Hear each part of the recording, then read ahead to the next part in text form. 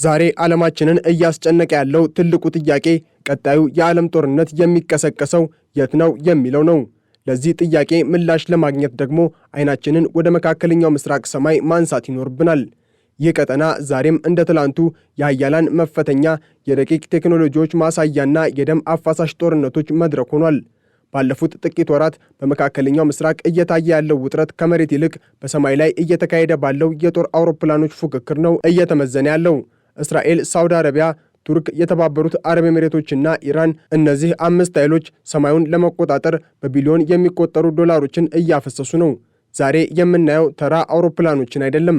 ዛሬ የምናየው በራዳር የማይታዩ መንፈስ የሚሆን ጀቶችን፣ በሰከንዶች ውስጥ በሺዎች የሚቆጠሩ መረጃዎችን የሚተነትኑ በረራ ላይ ያሉ ኮምፒውተሮችንና መላውን ቀጠና በአንድ ጀንበር ሊያፈራርሱ የሚችሉ አውዳሚ ንስሮችን ነው። በመካከለኛው ምስራቅ ሰማይ ላይ ያለ አንዳች ተቀናቃኝ አንደኝነቱን የያዘው የአየር ኃይል የማን ነው የሚለው ጥያቄ መልሱ አጭር ነው። የኢራን አየር ኃይል በቴክኖሎጂ ረገድ ከእስራኤል ወይም ከሳውዲ ጋር ሊወዳደር አይችልም። አብዛኛዎቹ ተዋጊ ጀቶች ማለትም ኤፍ-14፣ ኤፍ-4 እና ኤፍ-5 ከ1979 አብዮት በፊት ከአሜሪካ የተገዙ አሮጌዎች ናቸው። ነገር ግን ኢራን ሞኝ አይደለችም። በአውሮፕላን ያጣችውን የበላይነት በሚሳኤልና በድሮን ቴክኖሎጂ ተክተዋለች። ኢራን በዓለም ላይ ካሉ ሀገራት በድሮን ብዛትና ጥራት ግንባር ቀደም እየሆነች ነው።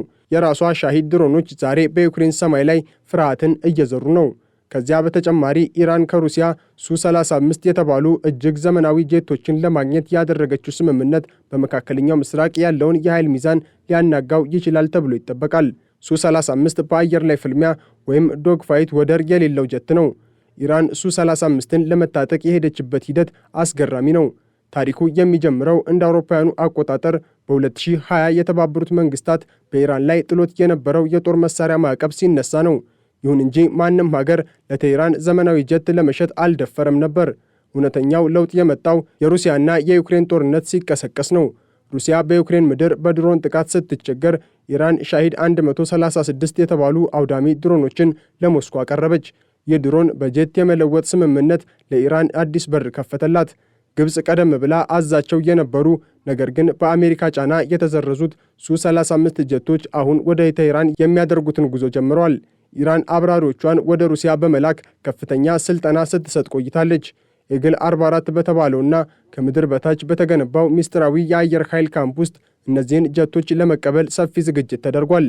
ይህ ስምሪት በሩሲያና በኢራን መካከል ያለውን ወታደራዊ ትብብር ወደ አዲስ ደረጃ አሸጋግሮታል።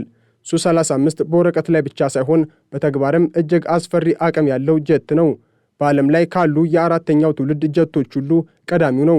ለዚህም ዋናው ምክንያት ሱፐር ማኑቨራቢሊቲ የተባለ የብቃቱ መገለጫ ነው። ይህ ጀት በሰማይ ላይ እንደ ወፍ መገልበጥ፣ በአየር ላይ ቆሞ መዞርና ሌሎች ጀቶች ሊያደርጉት የማይችሉትን አስገራሚ እንቅስቃሴ ማድረግ ይችላል። ይህ ማለት በቅርብ ርቀት የአየር ላይ ፍልሚያ ከተገጠመ ሱ-35ን የሚያሸንፈው የለም። ሱ-35 በሰዓት ከ2400 ኪሎ ሜትር በላይ ይበራል። ያለ ተጨማሪ ነዳጅ እስከ 3600 ኪሎ ሜትር የመጓዝ አቅም አለው። ይህ ማለት ከኢራን ተነስቶ እስራኤልን መምታትና መመለስ ይችላል ማለት ነው። የጄት የታጠቀው ራዳር እስከ 400 ኪሎ ሜትር ርቀት ላይ ያለን ኢላማ የመለየት አቅም አለው። በአንድ ጊዜ 30 ኢላማዎችን ተከታትሎ 8ቱን በአንድ ጊዜ መምታት ይችላል። የጄቱ የራዳር መቃወሚያ ወይም ኤሌክትሮኒክ ጃሚንግ ሲስተም የጠላት ሚሳኤሎች መንገድ እንዲስቱ በማድረግ ረገድ እጅግ ረቂቅ ነው። ሱ-35 ዝም ብሎ አይበርም። እስከ 8000 ኪሎ ግራም የሚመዝን አውዳሚ መሳሪያ መሸከም ይችላል። በ12 የተለያዩ ቦታዎች ላይ ሚሳኤሎችንና ቦምቦችን ይጭናል። ከሁሉም በላይ የሚያስፈራው አር-37ኤም የተባለው ረጅም ርቀት ተወንጫፊ ሚሳኤል ነው። ይህ ሚሳኤል እስከ 400 ኪሎ ሜትር ርቀት ድረስ በመሄድ የጠላትን አውሮፕላን መምታት ይችላል። ይህ ማለት እስራኤል የምትጠቀምባቸውን የነዳጅ ጫኝ አውሮፕላኖችና የራዳር አውሮፕላኖችን ገና ጦርነቱ ሳይጀመር ከሩቅ ሆኖ ማውደም ይችላል። በተጨማሪም ለምድር ላይ ጥቃት የሚውሉ KH-35 እና KH-59 የተባሉ ሚሳኤሎችን በመታጠቅ የጠላትን መርከቦችና ስትራቴጂካዊ ቦታዎች አመድ የማድረግ ብቃት አለው። ሱ-35 ለኢራን ዝም ብሎ ጀት አይደለም። ለኢራን ሕዝብና መንግሥት እኛም እንደ ጠላቶቻችን ዘመናዊ ነን የሚሉበት የኩራት ምንጭ ነው። ለሳውዲ አረቢያና ለሌሎች የአረብ ሀገራት ደግሞ አዲስ ወታደራዊ ስጋት ነው። ኢራን ይህንን ጀት ከራሷ የሚሳኤልና የድሮን አቅም ጋር ስታቀናጅ ቀጠናው ወደማይገመት የውጥረት ደረጃ ይሸጋግራል። የሱ-35 ሞተር ድምፅ በቴህራን ሰማይ ላይ ሲያስተጋባ በኢየሩሳሌም ያሉ የጦር መሪዎች አዳዲስ ስልቶችን ለመቀየስ ሌት ተቀን እየሰሩ ነው። ኢራን ይህንን ጀት ከታጠቀች የእስራኤልና የሳውዲ የበላይነት ለከፍተኛ ፈተና ይጋለጣል። የኢራን ስትራቴጂ ካልበረርኩ አላስበርርም የሚል ሲሆን በመቶ ሺዎች የሚቆጠሩ ሚሳኤሎቿን በእስራኤል አቅጣጫ አፍጥጣለች። በመካከለኛው ምስራቅ ያለው የአየር ኃይል ፉክክር ዝም ብሎ መሳሪያ የመግዛት ጉዳይ አይደለም፣ የጥምረትና የዲፕሎማሲ ጉዳይ ነው። እስራኤል፣ ሳውዲ አረቢያና ኤምሬቶች በአብርሃም ስምምነት አማካኝነት የጋራ ጠላታቸው የሆነችውን ኢራንን ለመመከት እየተባበሩ ነው። ይህ የመካከለኛው ምስራቅ የአየር ጥምረት ተብሎ የሚጠራው ስውር ስምምነት የእስራኤልን ራዳር ከሳውዲ ሚሳኤሎች ጋር በማገናኘት የኢራንን ድሮኖች ለመከላከል ያለመ ነው። የእስራኤል አየር ኃይል ዝም ብሎ ወታደራዊ ክፍል አይደለም፣ የሀገሪቱ የህልውና ዋስትናም ጭምር ነው። እስራኤል በክልሉ ብቸኛዋ የኤፍ-35 ላይቲንግ ቱ ወይንም በዕብራይስጥ ቋንቋ አዲር ወይም ታላቁ የተባለው የአምስተኛው ትውልድ ተዋጊ ጀት ባለቤት ናት። ይህ አውሮፕላን እስራኤልን ከማንኛውም ቀጠናዊ ባላንጣዋ በብዙ እጥፍ የላቀች ያደርጋታል። ምክንያቱም ኤፍ-35 በራዳር አይታይም። እንደ ኢራን ያሉ ሀገራት የፈለጉትን ያህል ዘመናዊ የሚሳኤል መከላከያዎች ቢገነቡም አዲር ሳይታወቅ ሰማያቸውን ሰንጥቆ ገብቶ ስትራቴጂካዊ ቦታዎችን አመድ የማድረግ አቅም አለው። የኤፍ-35 ትልቁና ዋነኛው ጉልበት ስቲልዝ ወይም በራዳር አለመታየት ነው። ይህ ጀት እንደ ተራ አውሮፕላን በራዳር ስክሪን ላይ አይታይም። ይልቁንም በራዳር ላይ የሚታየው እንደ ትንሽ ወፍ ወይም የጎልፍ ኳስ ሆኖ ነው። ይህ ማለት እንደ ኢራን ያሉ ሀገራት የገነቧቸው ዘመናዊ የኤስ-300 የሚሳኤል መከላከያ ዘዴዎች ሳይነቁ አዲር ሰማያቸውን ሰንጥቆ በመግባት ዋና ዋና ስትራቴጂካዊ ቦታዎችን የመምታት አቅም አለው። እስራኤል ይህንን ጀት በክልሉ በውጊያ ላይ የተጠቀመችው የመጀመሪያዋ ሀገር ናት። በሶሪያና በሊባኖስ ድንበር ላይ የሚገኙ የጠላት ራዳሮችን ሳታስነቃ በጥልቀት ገብታ መምታቷ የጀቱን አስፈሪ ብቃት በተግባር አሳይቷል። ኤፍ-35ን ከሌሎች ጀቶች የሚለየው የመረጃ አያያዙ ነው። አውሮፕላኑ በዙሪያው ያሉትን በመቶዎች የሚቆጠሩ መረጃዎችን በአንድ ጊዜ ሰብስቦ የመተንተን አቅም አለው። አብራሪው 360 ዲግሪ በዙሪያው ያለውን ሁኔታ የሚያይበት ልዩ ሄልሜት ይታጠቃል። ይህ ሄልሜት አብራሪውን በአውሮፕላኑ ወለል በኩል አልፎ መሬቱን እንዲያይ ያስችለዋል። ጄቱ የጠላትን ራዳር የማጨለም ወይም ጃሚንግና የመረጃ ግንኙነታቸውን የማቋረጥ ረቂቅ አቅም አለው። ይህ ደግሞ በዘመናዊ ጦርነት ውስጥ ትልቁን ድል የሚያጎናጽፍ ብቃት ነው። የኤፍ-35 የማጥቃት አቅም በሁለት መንገድ የሚታይ ነው። የመጀመሪያው ድብቅ ሁኔታ ነው። በዚህ ወቅት ጄቱ መሳሪያዎቹን በሆዱ ውስጥ ይደብቃል። ይህንን የሚያደርገው በራዳር እንዳይታይ ነው። በዚህ ሁኔታ ሁለቱ የአየር ላይ ሚሳኤሎችንና ሁለት ግዙፍ ቦምቦችን ይሸከማል። ሁለተኛው አውሬ ሁኔታ ነው። የጠላት ራዳር ከጠፋ በኋላ ጄቱ በክንፎቹ ላይ ተጨማሪ መሳሪያዎችን ይጭናል። በዚህ ወቅት እስከ 8200 ኪሎ ግራም የሚመዝን አውዳሚ መሳሪያ መሸከም ይችላል። እስራኤል የራሷን የጦር መሳሪያዎች በዚህ ጀት ላይ እንድትጭን ከአሜሪካ ልዩ ፈቃድ ተሰጥቷታል።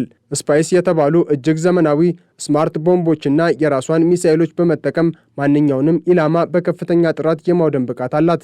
ኤፍ-35 በሰዓት 1930 ኪሎ ሜትር ወይንም ከድምፅ ፍጥነት በ1.6 እጥፍ በላይ ይበራል። ያለ ተጨማሪ ነዳጅ 2200 ኪሎ ሜትር የመጓዝ አቅም አለው። ሆኖም እስራኤል ለኢራን ጥቃት ስትል የጄቱን የነዳጅ አቅም የሚያሳድጉ ምስጢራዊ የነዳጅ ታንከሮችን አምርታለች። ይህ ደግሞ ጄቱ ሳይታይ እስከ ቴሄራን ድረስ ተጉዞ ጥቃት ሰንዝሮ በሰላም እንዲመለስ ያስችለዋል። በተጨማሪም ጄቱ በአየር ላይ እያለ ነዳጅ የመሙላት አቅም ስላለው ቆይታው አጥፊነቱን ይበልጥ ያሳድገዋል። እስራኤል በአሁኑ ወቅት ከ50 በላይ ኤፍ-35 ጀቶች ያሏት ሲሆን ሌላ 25 ጀቶች እንዲቀርብላት አዛለች። ነገር ግን የእስራኤል ጥንካሬ በኤፍ-35 ብቻ አይወሰንም። አሁንም ድረስ የሰማይ ላይ የበላይነትን ለማስጠበቅ የምትጠቀምባቸው ኤፍ-15-1 ረአም ወይም ነጎድጓድና ኤፍ-16-1 ሱፋ ወይም አውሎ ነፋስ ጄቶች በራሳቸው እስራኤል ሰርታ በገጠመችላቸው ዘመናዊ ኤሌክትሮኒክስ የታገዙ ናቸው። እስራኤል ከቁጥር ይልቅ ጥራት ላይ ታተኩራለች። በሶሪያ በሊባኖስና በኢራን ላይ የምትሰነዝራቸው ትክክለኛ ጥቃቶች የአየር ኃይሏን ብቃት በተግባር አሳይተዋል። ወደ ፋርስ ባህረ ሰላጤ ስንሻገር ሌላኛው ግዙፍ ኃይል ሳውዲ አረቢያን እናገኛለን።